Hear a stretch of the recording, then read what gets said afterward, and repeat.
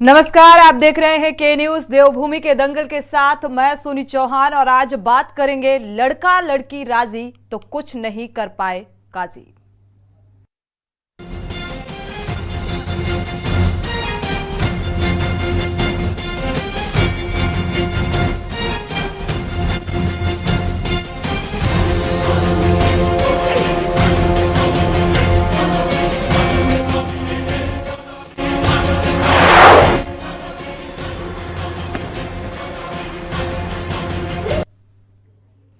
जी हां, देवभूमि उत्तराखंड में अंतर धार्मिक विवाह का मामला लगातार तूल पकड़ता जा रहा है। राज्य में ये विवाद इतना बढ़ा कि बीजेपी नेता और पौड़ी नगरपालिका अध्यक्ष यशपाल बेनाम को अपनी बेटी की शादी स्थगित करनी पड़ी। और आपको बता दें कि शादी के कार्ड की एक तस्वीर बीती 18 मई को सोशल मीडिया में तमाम लोगों ने साझा की। शादी के कार्ड की तस्वीर सामने आने के बाद बीजेपी के समर्थकों और एक धड़े ने यशपाल बेनाम की जमकर आलोचना की है। उन्हें जमकर ट्रोल किया गया। कुछ लोगों ने इस शादी को लव जिहाद तक करार दे दिया। कोशिश लव जिहाद की बताई थी और इसकी तुलना हाल ही में रिलीज हुई विवादास्पद फिल्म द केरला स्टोरी से भी की गई, जिससे थक हार कर यशपाल बेनम ने अपनी बेटी की शादी के कार्यक्रम को रद्द करना ही उचित समझा। यशपाल बेनाम का कहना है कि उन्होंने पिता के तौर पर अपनी बेटी की बात को मानकर इस विवाह के लिए हामी भरी थी, लेकिन राज्य में माहौल खराब होने की वजह से उन्होंने फिलहाल शादी के कार्यक्रम को रद्द करने का फैसला लिया है। वहीं कांग्रेस का कहना है कि देश में संविधान है, बावजूद इसके बीजेपी से जुड़े संगठनों ने यशपाल बेनाम और उनके परिजनों को जान से मारने की धमकी दी गई और इसके बाद यशपाल बेनाम ने शादी स्थगित करने का फैसला लिया। सरकार को ऐसे लोगों के खिलाफ कार्रवाई करनी चाहिए। चर्चा इसी बात को लेकर करेंगे क्योंकि एक बार फिर से यह मामला सामने आ रहा है, लेकिन उससे पहले आपको दिखाते हैं ये खास रिपोर्ट।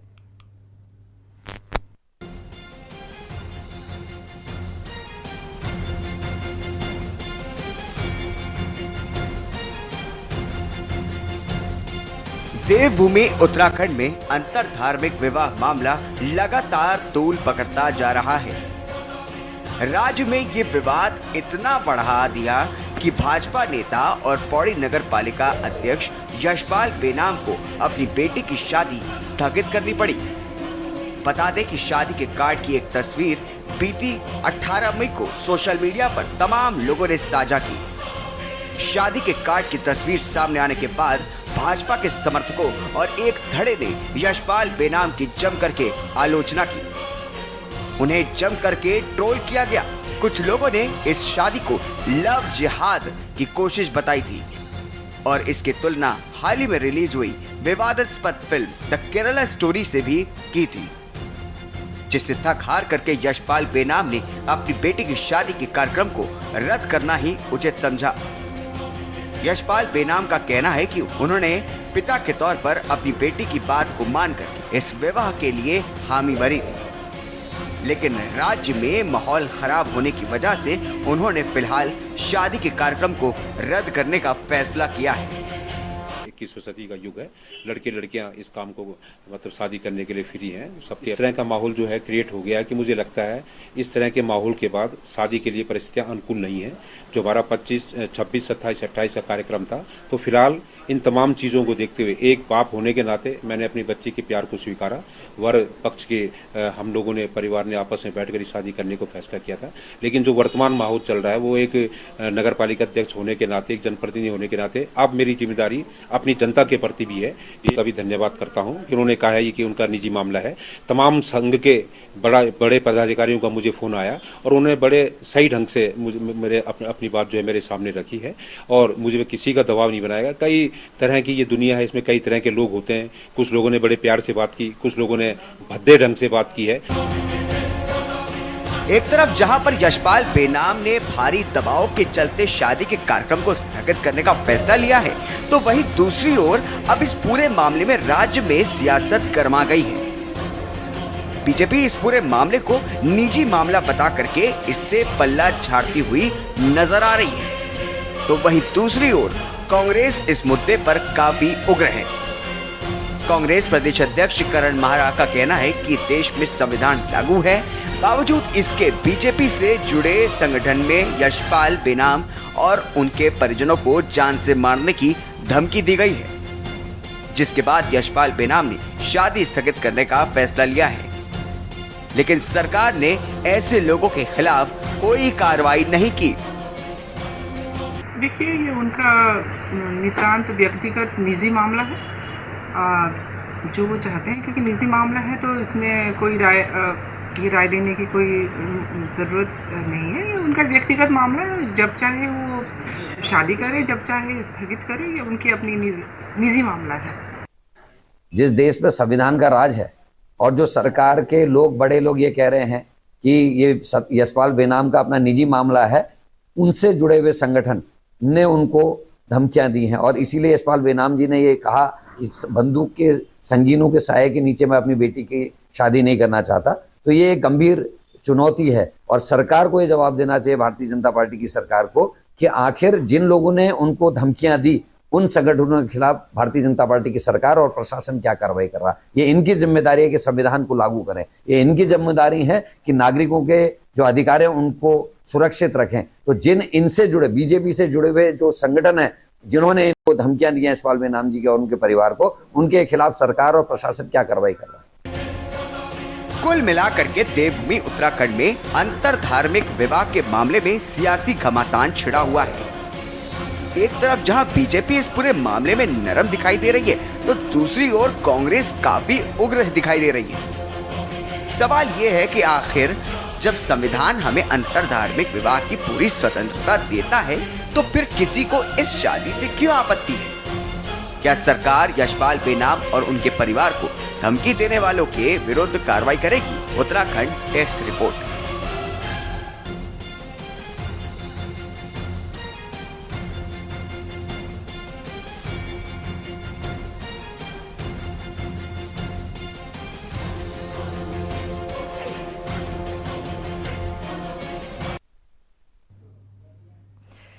तो देवभूमि के दंगल में आज दंगल इस बात को लेकर, क्योंकि अंतर धार्मिक का मसला जो है ये अब तूल पकड़ता जा रहा है। गौरतलब है कि अगर बेनाम की बात करें, यशपाल बेनाम की, तो कांग्रेस में थे पहले। 2003 में इन्होंने बीजेपी पहली बार नगर पालिका पौड़ी के अध्यक्ष बने। 2007 में कांग्रेस से टिकट ना मिलने पर बीजेपी में शामिल हो गए। निर्दलीय प्रत्याशी इन्होंने चुनाव लड़ा और इसके बाद अध्यक्ष बने। वर्तमान में बीजेपी नेता के तौर पर तीसरी बार नगर पालिका के अध्यक्ष बने हैं। और अंतर जो धार्मिक विवाह का प्रकरण है अब तूल पकड़ता नजर आ रहा है और कई तरीके के आरोप और प्रत्यारोप इसलिए लगाए जा रहे हैं।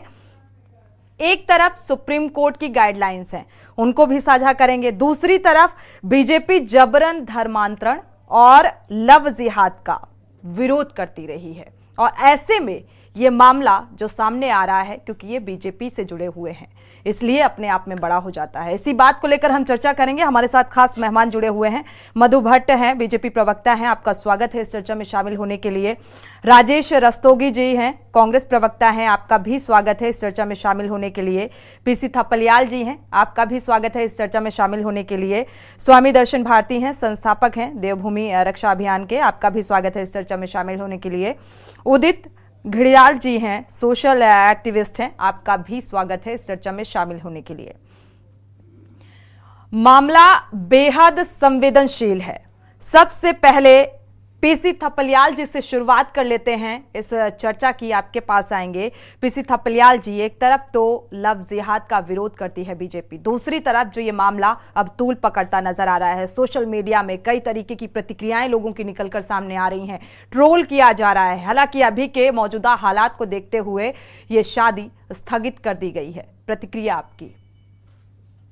देखिए, मैं बहुत धन्यवाद करता हूं भारतीय जनता पार्टी का कि उसने अपनी पिच पर सबको खिलाना शुरू कर दिया और जो राज्य के ज्वलन मुद्दे थे वो ठंडे बस्ते में धकेल दिया।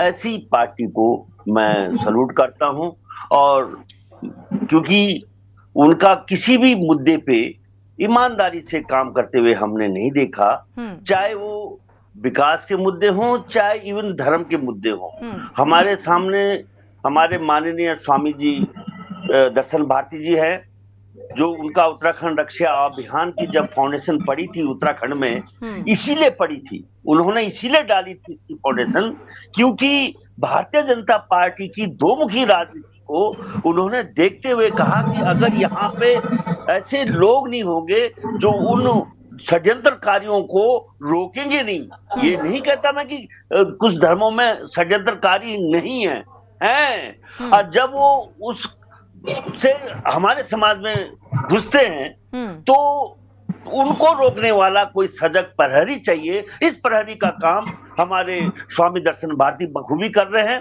क्योंकि मैंने जब उनको पूरे उत्तराखंड में गए और जब वो बद्रीनाथ भी पहुंचे तो उन्होंने बद्रीनाथ में 4 दुकानें ऐसी पाई थी जहां पे मुस्लिम की थी, लेकिन जब उन्होंने ऑब्जेक्शन उठाया तो क्षेत्रीय जनता ने कहा कि भाई इन लोगों का जो हुनर है उसका हमारे पास विकल्प नहीं है।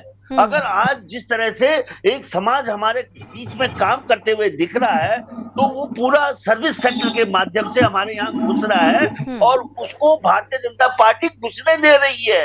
ये तो केवल अपनी वोटों की इनकी नजर है, ये तो वोटों के सौदागर हैं, ये किसी भी चीज को ईमानदारी से नहीं कर रहे। चाहे मस्जिदें हमारी सीमांत क्षेत्र में बन रही हो, इनको कोई मतलब नहीं, ये कहीं मजहर तोड़ने पे लगे हुए हैं ये, लेकिन जो सबल लोग मस्जिदें बना रहे हैं क्योंकि वो तो जमीन खरीद कर मस्जिद खड़ी कर रहे हैं, उस पर ये कुछ नहीं कर सकते। जंगलों में तूफान मचा सकते हैं लोगों को दिखाने के लिए कि हम धर्म के सच्चे प्रहरी है, लेकिन अगर जहां पे मझार तोड़ने की बात आई थी जो स्वामी दर्शन भारती जी ने और उनके कार्यकर्ताओं ने स्वयं अपने हाथों से जो सड़क के किनारे मझार थी हमने तोड़ते हुए उनको देखा। भारतीय जनता पार्टी को कभी ऐसा करते हुए नहीं देखा, क्योंकि वो सत्ता का भोग भी लेना चाहते हैं। वो सबके साथ तुष्टिकरण की राजनीति करते हुए हमारे बीच में नफरती राजनीति को फैलाते हुए जो राजनीति कर रहे हैं, इसका मुंह तोड़ जवाब देना पड़ेगा। क्योंकि भारतीय जनता पार्टी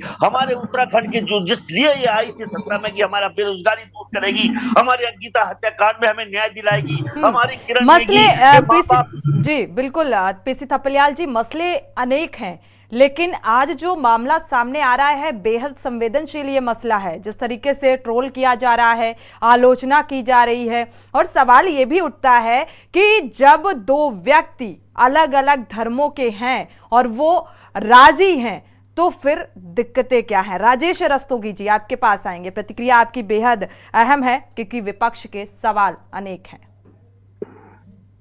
मेरा आप सबको नमस्कार। और आपने बहुत अच्छी डिबेट आज शुरू की है और इस डिबेट में मुझे भी बैठने का अवसर मिला है जी। अभी आपने देखा होगा आरएसएस प्रमुख आदरणीय मोहन भागवत जी ने खुद अपने बयानों में कहा है कि हिंदू और मुसलमानों के पूर्वज एक ही थे, हम लोगों के जो वंशज थे वो एक ही थे, हिंदू थे सब। ये मोहन भागवत जी ने जब आरएसएस 100 साल पूरे करने जा रहा है अपनी स्थापना के, तब ये बात कही है। दूसरी तरफ इस राज्य में एक ऐसा वातावरण है जो हिंदू धार्मिकता है वो हमारे प्रदेश में चारों धाम होने की वजह से और प्रदेशों से अधिक है, आस्था भी अधिक है हमारे प्रदेश।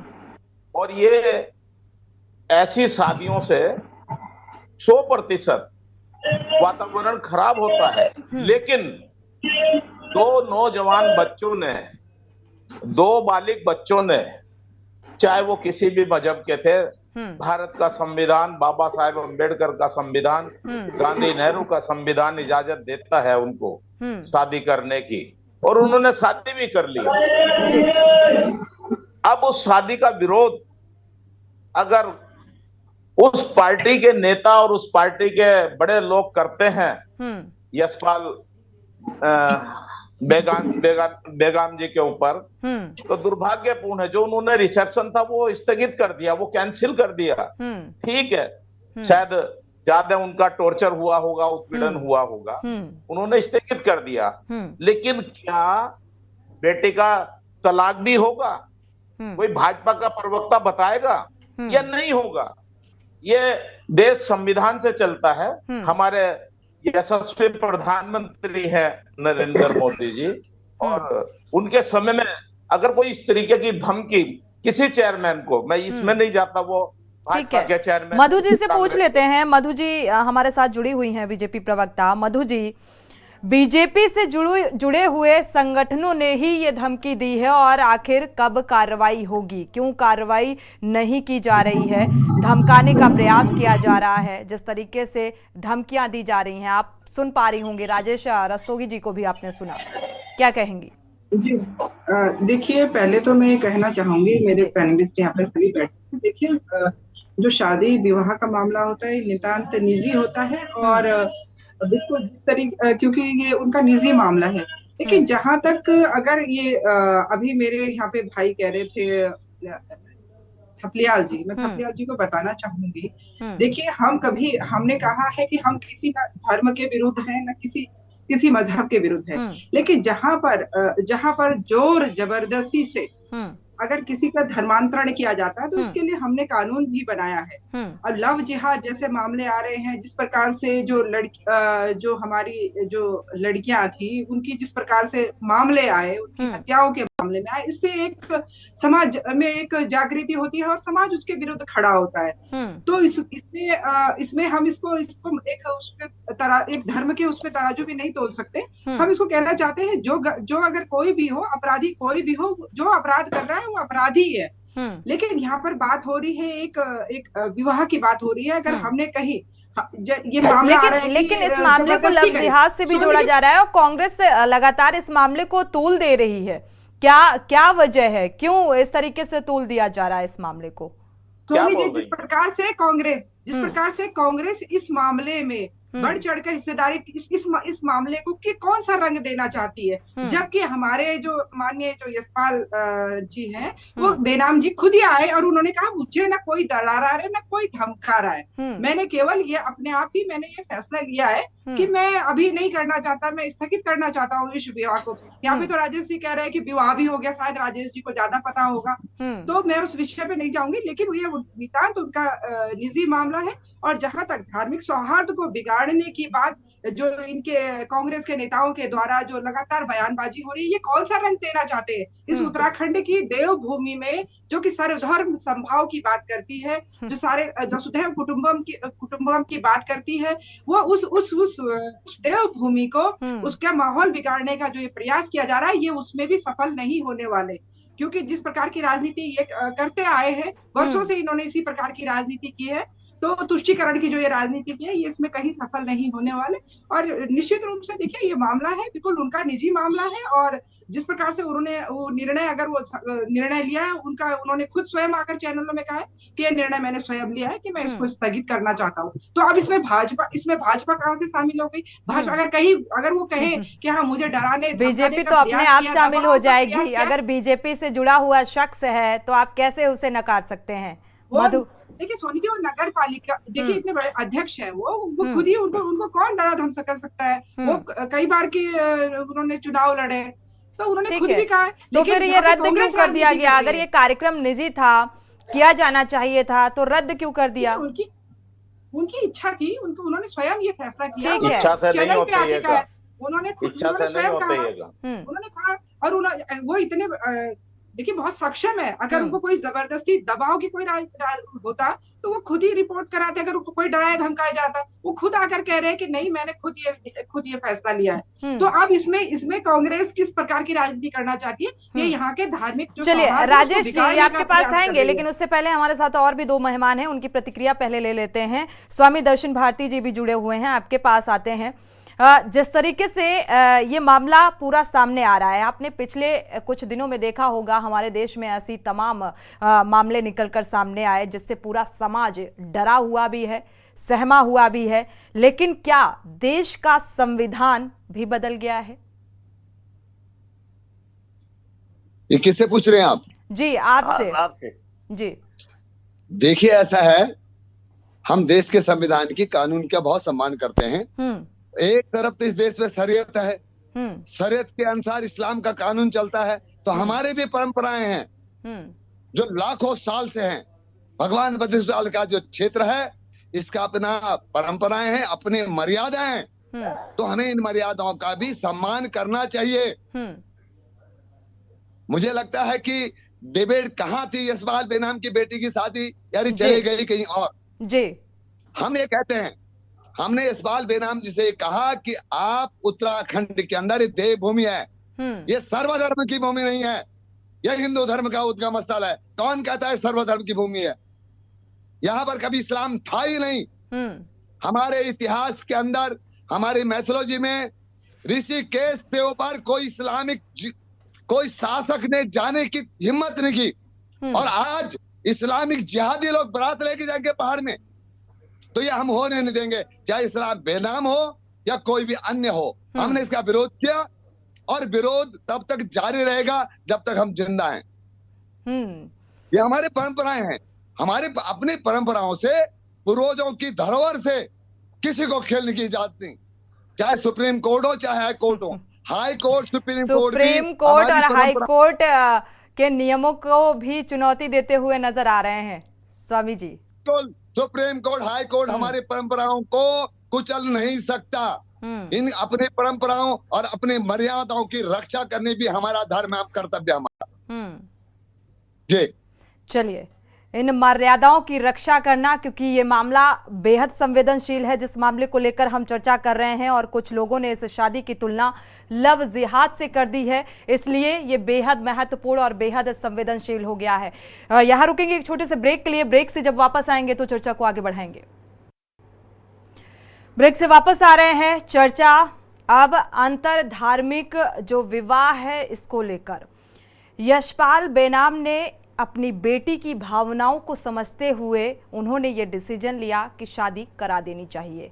इसके बाद लगातार इस मसले को लेकर राजनीति शुरू हो गई। विपक्ष ने कई सवाल खड़े कर दिए और इसलिए ये मामला अब तूल पकड़ता नजर आ रहा है, और इसीलिए आज देवभूमि के दंगल में हम इस बात को चर्चा कर रहे हैं, इस बात को लेकर, क्योंकि एक सामाजिक जिम्मेदारी भी बन जाती है। चाहे वो लड़कियां हो, उनकी भी अपनी एक सामाजिक जिम्मेदारी है चीज़ों को समझने की। आपके पास आएंगे, हमारे साथ उदित घड़ियाल जी भी जुड़े हुए हैं, सोशल एक्टिविस्ट हैं। इस मसले को लेकर जो राजनीति हो रही है, आखिर क्यों?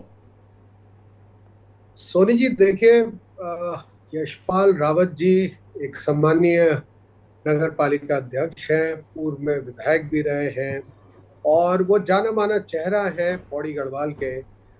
आम जनमानस के बीच में काफी फेमस हैं वो।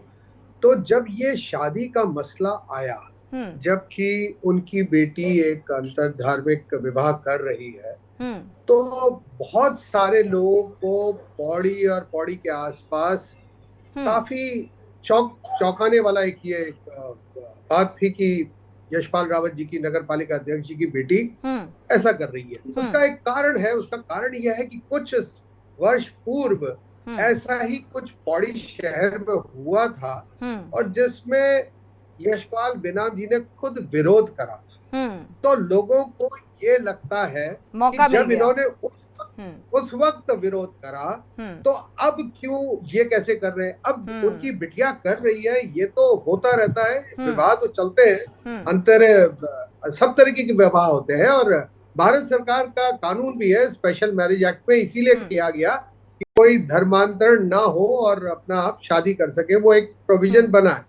लेकिन जो राजनीतिक और हाल में क्या हुआ है, खास तौर से पहाड़ों में, उत्तराखंड के पहाड़ी हिस्सों में ये कुछ घटनाएं घटित हुई हैं। आज भी पंतनगर में कोई घटना सुबह घटित हुई है, एक लड़की घर से भाग गई है, और अब जैसा भी कहिए, गुड लक बैड लक, वो लड़का मुस्लिम था। तो पहाड़ पे ये हादसे होते रहे, ये घटनाएं होते रही हैं, पहाड़ी लोग डरे थे। यशपाल बेनाम एक बड़ा नाम है अपने क्षेत्र में, अपने में। वो जब ऐसा कुछ करेंगे तो बहुत सारे लोग बिना किसी उत्साह, मैं आपको ये बता रहा हूँ, किसी ने किसी महिला के ऊपर दबाव नहीं बनाया, किसी ने किसी के ऊपर, वो खुद गए उनका विरोध करने के लिए। अगर उन्होंने फोन करा है तो विरोध, स्वामी दर्शन भारती जी तो एक संगठन का रूप है, वो तो एक अलग पताका लेके चल रहे हैं पहाड़ पे, लेकिन जो उनका विरोध हुआ है वो शहर के अंदर से, पौड़ी के अंदर से खुद हुआ है, क्योंकि ये एक निर्णय जो था, या तो ये सार्वजनिक नहीं होता, सार्वजनिक नहीं होता तो ठीक रहता, लेकिन क्योंकि हाल पिछले कुछ वर्षों में ऐसी घटनाएं हुई हैं और पास में ही अंकिता भंडारी जी की घटना हुई, वो बिल्कुल पौड़ी इनके जहां पर है यशपाल रावत जी, उनके थोड़ी सी दूर पे है, तो वहां के जो गांव की महिलाएं हैं, गांव की लड़कियां हैं, वो थोड़ी सी उनके लिए असंजम की स्थिति हो जाती है कि अब क्या करा जाए। वो ये तो मोहब्बत है, मोहब्बत में कहीं कोई रुकावट नहीं आती है, लोग करते हैं, लेकिन जब डर पैदा हो जाए समाज में, और वो एक बड़े जिम्मेदार व्यक्ति हैं और निर्णय उन्होंने ले लिया, अब अगर दबाव में लिया है, हाँ मैं इसका विरोधी हूँ कि उनको डराए धमकाया जाए, समझाने से उन्होंने शायद मान लिया है, जैसे भी प्रेशर जो भी था, डराना धमकाना नहीं चाहिए, लेकिन हाँ उनका हामी भरना या उनकी बिटिया का हामी भरना, ये वहां के नौजवानों के लिए, खास तौर से वहां की लड़कियों के लिए ये एक बड़ा झटका सा था कि ये क्या हुआ। बिल्कुल। तो इस वजह से ये अब राजनीति तो आएगी, राजनीति पहाड़ है, पहाड़ में सभी ने कहा है, सभी वक्ताओं ने बोला है कि स्वामी दर्शन भारती जी ने बोला है कि परंपरा नहीं है, कपिलयाल जी बोल रहे हैं कि यहाँ की परंपरा नहीं है, मधु जी भी समझती है अच्छी तरह, पहाड़ पे ऐसा नहीं होता था, लेकिन ये हाल फिलहाल होने लगा, और मेरे को जहां तक ज्ञान है कि वो बिटिया बाहर रहती है, वो उत्तराखंड में भी नहीं रहती है, तो ठीक है, वो उनका अपना व्यक्तिगत है, लेकिन जहां पर, लेकिन अब व्यक्तिगत नहीं रह गया। जिस तरीके से ये मामला, इस पर प्रतिक्रियाएं आई, ट्रोल हुआ। राजेश जी आपके पास आएंगे, क्योंकि मधु भट्ट जी की बात का आप जवाब देना चाह रहे थे, और इसी वजह से आपके पास आएंगे क्योंकि कांग्रेस लगातार इस मसले को तूल दे रही है, और आखिर क्यों, ये जानना भी चाहेंगे। मेरा बड़ा एक स्पष्ट मत है और बड़ा सच्चा मत है जी। हमारे राज्य में, उत्तराखंड राज्य में कभी ऐसी नौबत नहीं आई किसी बाप ने अपनी बेटी की शादी स्थगित की हो, खास करके ऐसे समय में जब मोदी जी माननीय देश के यशस्वी प्रधानमंत्री के नेतृत्व में और राज्य के लोकप्रिय मुख्यमंत्री जी के नेतृत्व में कानून का राज चल रहा हो, तो ऐसा कौन सा डर था, ऐसी कौन सी धमकी थी कि एक बाप को अपनी बेटी की शादी स्थगित करनी पड़ी। और जहां तक मधु जी अभी बोल रही थी कि इसमें राजनीति हो रही है और ये हो रहा है, तो मैं ध्यान दिलाना चाहूंगा, आपके चैनल पे ही मैंने देखा था, जब पिछली सरकार थी, ये सरकार बनने से ये तो शादी की बात आई है स्थगित होने की, एक हिंदू लड़की की एक मुस्लिम लड़की के साथ जी। नवाज भट्ट अभी स्वामी जी भी बोल रहे थे, तो मैं माफी के साथ, मेरी बात पे गुस्सा ना हो, मैं केवल ध्यान दिलाना चाह रहा हूँ, ये भी इसी सरकार में हुआ था। बद्रीनाथ में, आसपास बद्रीनाथ धाम के क्षेत्र में नमाज भी पढ़ी थी मुस्लिम लड़कों, खूब चला भी था प्रदेश के अंदर। और मैं ये नहीं कह रहा कि आप इनको कौन धमकी दे रहा है, इनको क्यों शादी स्थगित करनी पड़ी, बच्चों का निर्णय है, और जो दो प्यार करने वाले लोग हैं वो आगे भी बढ़ते हैं, करते हैं, जो वो एक उनकी पर्सनल लाइफ है, मैं उस पर नहीं बोल रहा हूँ, मैं इस बात पे बोल रहा हूँ, यशपाल बेनाम जी को कौन सी ऐसी परिस्थितियां बनी जो स्थगित करी गई, एक बात।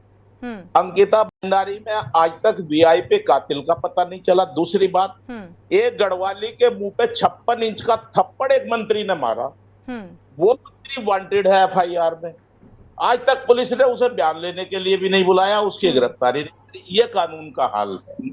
मेरा बड़ा कहने का मतलब है, उत्तराखंड राज्य है, उत्तराखंड खास करके पहाड़ी क्षेत्र, वैसे तो पूरा राज्य है, ये देवताओं की कर्मस्थली है, देवताओं की जन्मस्थली है, देवताओं की भूमि है, और इस पहाड़ में रहने वाले लोग भी देवता हैं।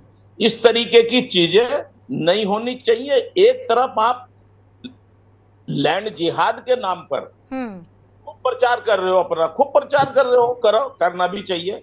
दूसरी तरफ ऐसे मामलों में आप चुप बैठे हो और लड़की के परिवार का शोषण उत्पीड़न कर रहे हो, कल को कोई उनके साथ घटना सोनी जी, लेकिन ये तो निजी मामला बताया जा रहा है। मधु भट्ट जी ने भी कहा, जी मधु जी आ रहे हैं आपके पास। सोनी जी मेरी आवाज आ रही है? आ रही है मधु जी, आ रहे हैं। अगर निजी सोनी जी, मामला है, देखिए अगर कांग्रेस निजी मामला है इसको तो जबरन करने की क्या टूल दे जरूरत रही है।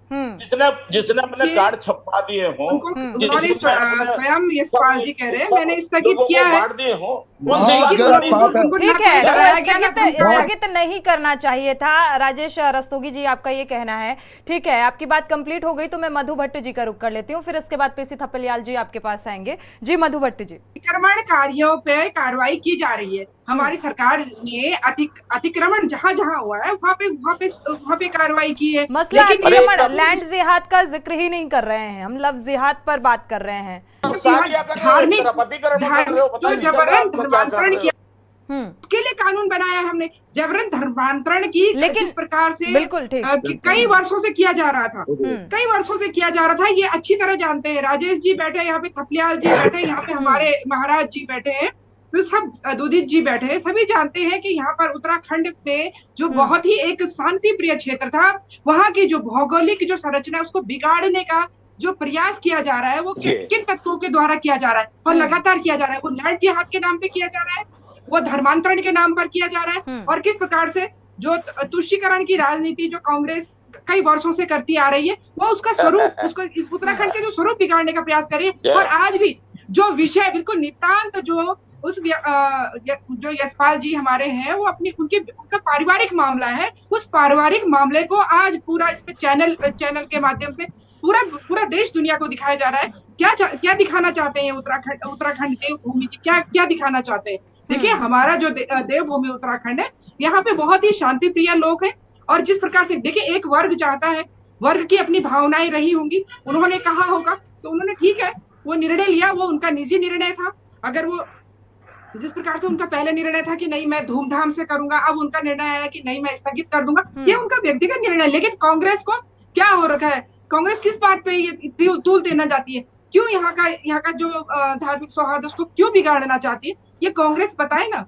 तो सोनी जी, जिस प्रकार से ये राजनीति हो रही है आने वाले समय के लिए बिल्कुल भी ठीक नहीं है। और सबसे अहम बात ये है राजेश रस्तोगी जी कि इस मामले को लेकर, इस शादी समारोह में शामिल होने को लेकर बीजेपी से लेकर कांग्रेस तक के कई नेताओं को निमंत्रण भी दिया गया, प्रदेश के गणमान्य लोगों को भी न्योता भेजा गया, तो इसमें विपक्षी दल भी शामिल होते नजर आ रहे थे। आपके पास आएंगे पीसी थपलियाल जी। बीजेपी धर्मांतरण के मसले को लेकर, जो जबरन धर्मांतरण का मसला है उसका विरोध कर रही है, लेकिन यहाँ जो मामला है आपसी रजामंदी का निकलकर सामने आ रहा है कि एक लड़का और एक लड़की अलग अलग धर्मों से हैं और वो राजी हैं कि शादी कर ली जाए। देखिए भारतीय जनता पार्टी के, मैंने पहले भी कहा, दो मुखी नहीं 10 मुखी राजनीति करती है। अगर एक मुंह से अगर ये बोल रही है कि हम लोग यहाँ पे सभी वर्गों को, हिंदू, सिख, मुस्लिम, सिख, ईसाई, भारत के 4 मतलब तो सिपाही, एक तरफ तो हम ये बोलेंगे, फिर क्या भारतीय जनता पार्टी की प्रवक्ता ये कह सकती है कि ये जो उत्तराखंड राज्य है ये सर्वधर्म वाला राज्य नहीं है? यहाँ मुसलमानों की प्राण क्लियर है, यहाँ सिखों के बड़े बड़े गुरुद्वारे स्थापित है। कैसे हम बोलते हैं कि उत्तराखंड सर्वधर्म नहीं है? बोल सकते हैं हम? नहीं बोल सकते। अब हम कह रहे सर्वधर्म समभाव की बात करते हैं, हम तो पूरे यही कर रहे हैं। हम तो समान नागरिक संहिता की बात कर रहे हैं, आप उसका विरोध कर रहे हैं। हम समान नागरिक संहिता लाना चाहते हैं, आप उसका विरोध करते हैं, एक तरह आप विरोध करते हैं। देखिए हम तो कह रहे हैं कि समान नागरिक संहिता होनी चाहिए। चलिए देखिए बिल्कुल सही बोल रहे हैं, ये कह रहे हैं मैडम। मैं एक चीज कह रहा हूँ कि हमारी जो उत्तराखंड का समाज है, या पहले इस जो है रूढ़िवादी समाज रहा हमारा, हम आज दिन तक हम ब्राह्मण लोग अपने ठाकुरों के यहाँ संबंध नहीं रखते। हमारे हरिजन भाई तो रहे बहुत दूर। क्या इस परंपरा को ये लोग जो परंपरा कायम रखना चाहते हैं, इस परंपरा को भी कायम रखना चाहते हैं? अगर हाँ या ना।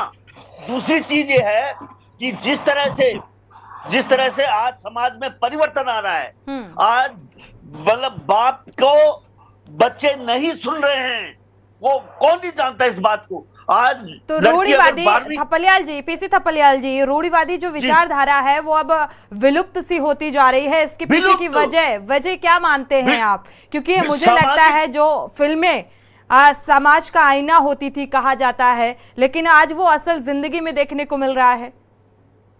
फिल्म भी मत देखो, सामाजिक परिवर्तन जो शिक्षा हमारी है पूरा पश्चिम पूरब की तरफ जा रहा है, पूरब पश्चिम की ओर जा रहा है। मानवता क्या होती है सर, ये अपने आप में ये बहुत बड़ी विडंबना है कि आज विदेशी लोग यहाँ पे हिंदुत्व अपना रहे हैं और हम लोग तो वेस्टर्नाइज की तरफ जा रहे हैं। आज बच्चे फटी हुई जीन पहन रहे हैं, ये पहन रहे हैं, तो ये समस्याएं हमें लेनी पड़ेगी ना। कभी हम सोच भी नहीं सकते थे कि हमारी बेटी कच्चे में हमारे सामने बैठेगी। ये भी ठीक है, लेकिन एक विकास भी एक अहम मुद्दा है राजनीतिक दलों के लिए। राजनीति का काम केवल विकास ही है। आज जिस तरह से उसको धमकाया जा रहा है वो, तो अगर सरकार यहाँ पे भारतीय जनता पार्टी की सेकुलर वैसी सरकार होती, सर्वमान्य सरकार होती, तो बोलती, वो पनिशमेंट करती, धमकाने वालों को सजा देती। वो कांग्रेस को उंगली कर रही है। उनको भारतीय जनता पार्टी का सरकार का कर्तव्य है और धर्म भी है। तो जबरदस्ती की बातें कर रहे हैं। ठीक है, आएंगे राजेश रस्तोगी जी, आपके पास आएंगे। एक बार जी स्वामी दर्शन भारती जी का रुख कर लेते हैं, काफी देर से इंतजार कर रहे हैं। ये विरोध जो है धार्मिक, जो अंतर धार्मिक विवाह का है, ये क्या रंग लाएगा? क्योंकि सरकार की गंभीरता इस पर होनी चाहिए, कितनी गंभीरता नजर आ रही है? देखिए मैडम, ऐसा है कि ये दुर्भाग्य उत्तराखंड का बहुत बड़ा दुर्भाग्य है जी। यहाँ कोई भी घटना होती है इसे कांग्रेस भाजपा से जोड़ के देख लेते हैं। भाजपा अपने पक्ष में, कांग्रेस अपने पक्ष में, और उत्तराखंड की मूल धारणाओं को पीछे छोड़ दिया जाता है, हमारी संस्कृति को पीछे छोड़ दिया जाता है। एक तरफ तो हमारे सभ्याल जो हमारे मित्र हैं, एक तरफ से वो कहते हैं कि देवताओं की भूमि है। हमारे रस्तोगी जी बोलते हैं कि ये देवताओं की भूमि है, यहाँ देवताओं जैसे लोग रहते हैं। तो भैया बात सुनो, देवताओं को भूमि में गाय खाने वाले को आमंत्रित करोगे बेटी को ले जाने के लिए? इतने बेशरम हो चुके हो क्या? नहीं होना चाहिए। यह शर्म भी खो दी तुम लोगों ने।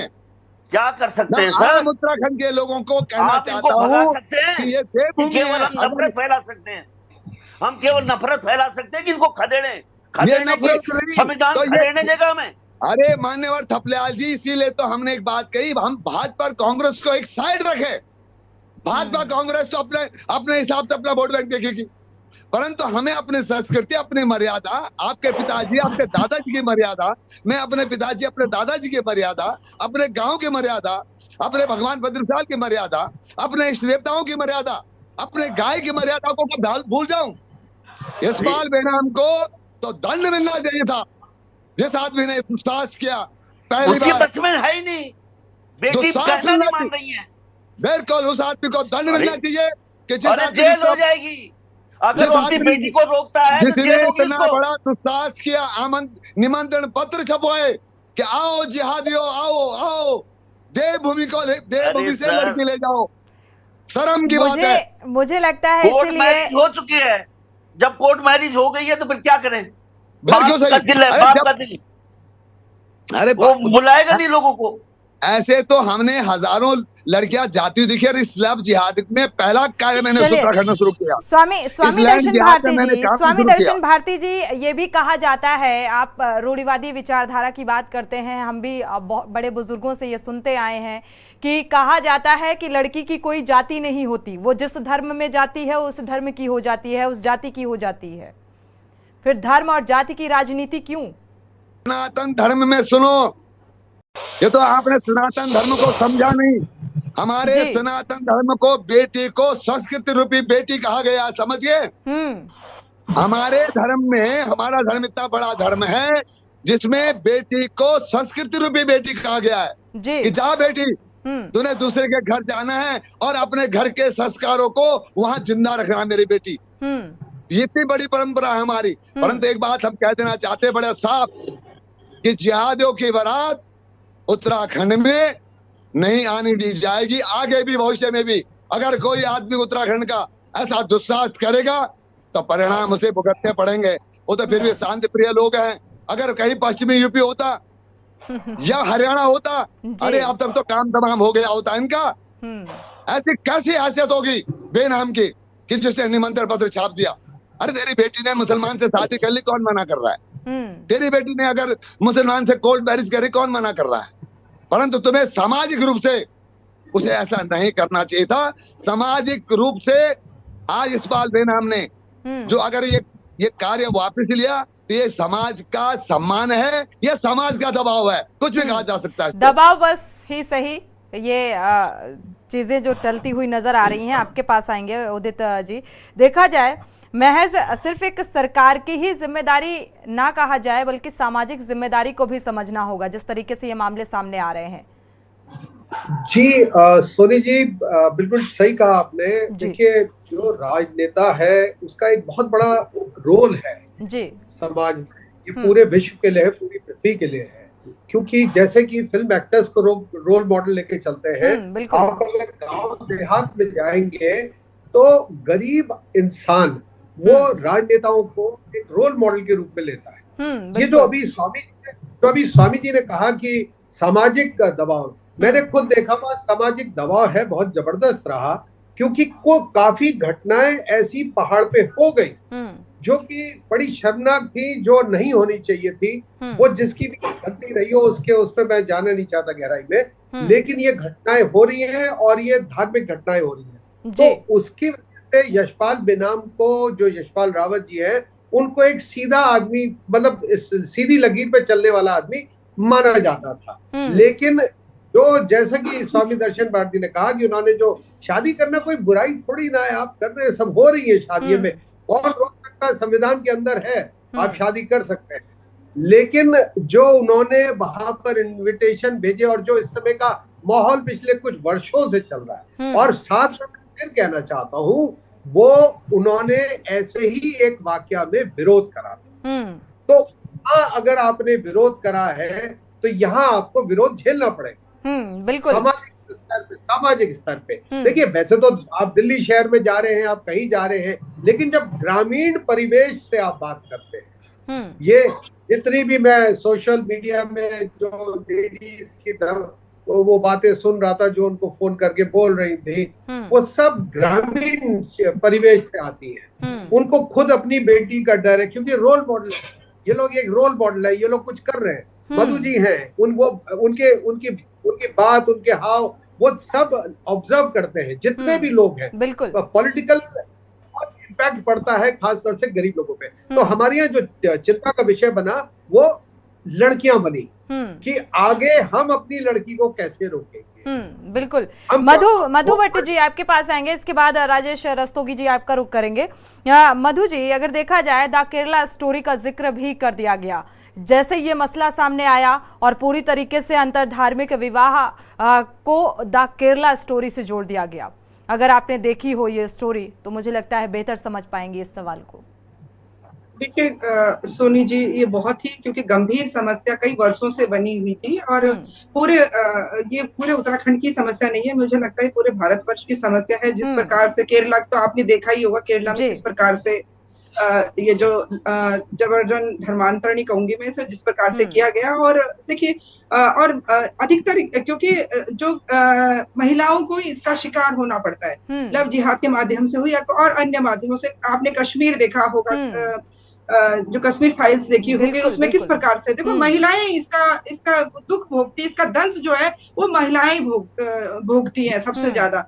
तो निश्चित रूप से देखिए, एक वर्ग है, और जिस प्रकार से आपने देखा होगा अटेची में 35 टुकड़े करके आए, और बहुत सारी लड़कियों की कहानियां, उस कहानी में ज्यादा नहीं जाऊंगी, वो देखी है। तो एक घबराता है, जो पहाड़ी वर्ग है, पहाड़ी समाज है, उसको निश्चित रूप से थोड़ा भय लगा रहता है। और आजकल जिस प्रकार से वहां का जो माहौल बन रहा है, क्योंकि वहां के लोग जो है वो इस माहौल से घबराए हुए से हैं कि ये हो क्या रहा है। पहाड़ी संस्कृति जो हमारी अपनी अलग संस्कृति है, उस संस्कृति में एक जो विकृति जैसी आ रही है वो लगातार लेकिन मधु भट्ट जी, एक तरफ हम हिंदू राष्ट्र की बात करते हैं, सनातन धर्म की बात करते हैं, तो फिर आखिर ये मामले इतने बढ़ते क्यों जा रहे हैं? वो डर क्यों नहीं बन पा रहा है ताकि लव जिहाद जैसे ये शब्द ही सुनने में ना आए?